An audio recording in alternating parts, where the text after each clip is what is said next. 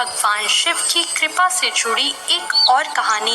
एक बार की बात है, एक बूढ़ी औरत अपने बेटे के साथ रहती थी। दोनों माँ बेटा मेहनत मजदूरी करके अपना गुजारा चलाते थे। एक बार उस बूढ़ी औरत ने सोचा कि अपने पुत्र का विवाह कर देना चाहिए और उसने अपने पुत्र का विवाह करवा दिया। उसके घर में जो कन्या बहू बनकर आई थी वो बहुत ही सुंदर और संस्कारी थी। वह रोज जल्दी उठकर भगवान शिव पार्वती की पूजा करती और कहानी सुनती। पूजा करने के बाद वो घर का काम भी बहुत ही मन से करती। उसके विवाह के कुछ समय बाद सावन का महीना आया कि क्यों ना वो मंदिर जाकर शिवलिंग की पाठ पूजा करे और कहानी कहे। अपने मन में आए विचार को उस बहू ने अपनी सास से जाकर कहा। उसने कहा, माँ जी, सावन का महीना शुरू हो गया है, क्यों ना मैं मंदिर जाकर भगवान की पूजा करूं और शिवलिंग को सींचूं। लेकिन उसकी सास ने उसे ऐसा करने से रोक दिया। उसने कहा, घर में ही पूजा कर लिया करो, मंदिर जाने में काफी समय बर्बाद हो जाएगा, इतने में तो घर का सारा काम हो जाएगा। सास की बात सुनकर वो बहू कुछ नहीं कर सकी और उदास होकर घर के काम में लग गई। अगले दिन बहू जब कुएं पर जल भरने जा रही थी तो उसने देखा कि गांव की कुछ लड़कियां पूजा की थाली सजाकर मंदिर की ओर जा रही हैं। उसने उन लड़कियों को रोका और पूछा कि आप लोग कहाँ जा रही हो। उन्होंने कहा, सावन का महीना शुरू हो गया है, हम सब भगवान भोलेनाथ का पूजन करने और शिवलिंग पे जल चढ़ाने के लिए मंदिर जा रही हैं। यह सुनकर उसके मुंह पे फिर से उदासी छा गई। ऐसा देखकर लड़कियों ने पूछा, आप हमारी बात सुनकर उदास क्यों हो गई हो? क्या आपको भगवान शिव की पूजा करना नहीं आता? उसने कहा, ऐसी बात नहीं है, भगवान शिव तो मेरे आराध्य देव हैं, लेकिन मेरी सास मुझे मंदिर में पूजा के लिए नहीं जाने देती। लड़कियों ने कहा, आप चिंता ना करें, आप रोज इसी समय पानी भरने के लिए आया करें और जब आप पानी भरने आओगी तब हमारे साथ मंदिर में पूजा कर लिया करो। बहू ने कहा, मेरे पास इस समय पूजा की सामग्री नहीं होती और अगर मैं उसे घर से लाऊंगी तो मेरी सास को पता चल जाएगा। लड़कियों ने कहा, कोई बात नहीं, आप हमारी पूजन सामग्री से ही पूजा कर लेना। यह सुनकर वो बहुत खुश हो गई और अब हर रोज वो उनके साथ मंदिर जाने लगी।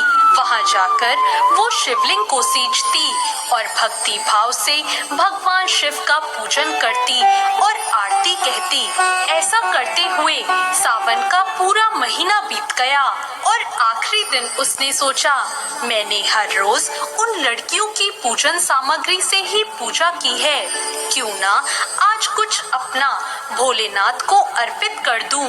ऐसा सोचकर उसने अपनी सोने की नथ उतारी और धोकर भगवान के शिवलिंग पर अर्पित कर दी और पूजा समाप्त करके वो अपने घर आ गई। अब वो अपनी सास से नजरें छुपाती हुई इधर उधर फिरने लगी, क्योंकि उसे डर था कि नाक की नथ के बारे में सास जरूर पूछेगी। तभी अचानक सास की नजर उसकी नाक पर गई और नाक में नथनी ना देखकर उसने पूछा, तुम्हारी नथ कहाँ है? बहू ने अपनी सास से कहा, मैं नहीं जानती, शायद वो कहीं गिर गई होगी। सास ने कहा, बताओ मुझे, आज तुम कहाँ कहाँ गई थी, हम वहीं पर जाकर तुम्हारी नथ ढूंढ लेंगे। बहू ने कहा, जब मैं सुबह कुएं पर जल भरने गई थी उस समय तो नथ मेरे नाक में थी, लेकिन उपले थापते हुए न जाने मेरी नथ कहाँ चली गई। सास ने कहा, चलो हम वहीं जाकर देखते हैं। दोनों सास बहू वहां पहुंच गई जहां बहू ने उपले थापे थे। सास ने बहू से कहा, चलो हम दोनों उपले तोड़कर देखते हैं। जैसे ही उन दोनों ने उपले तोड़े, उन दोनों उपलों में से उसकी सोने की नथ निकल आई। सास ने कहा, ऐसा कैसे हो सकता है? नथ तो एक थी, ये दो कैसे हो गई? फिर उन दोनों ने कुछ और उपले तोड़े और फिर उनमें से भी सोने की नथ निकलने लगी। ऐसा करते करते हर उपले में से सोने की नथ निकलने लगी। यह देखकर सास घबरा गई और उसने बहू से पूछा, ऐसा कैसे हो सकता है?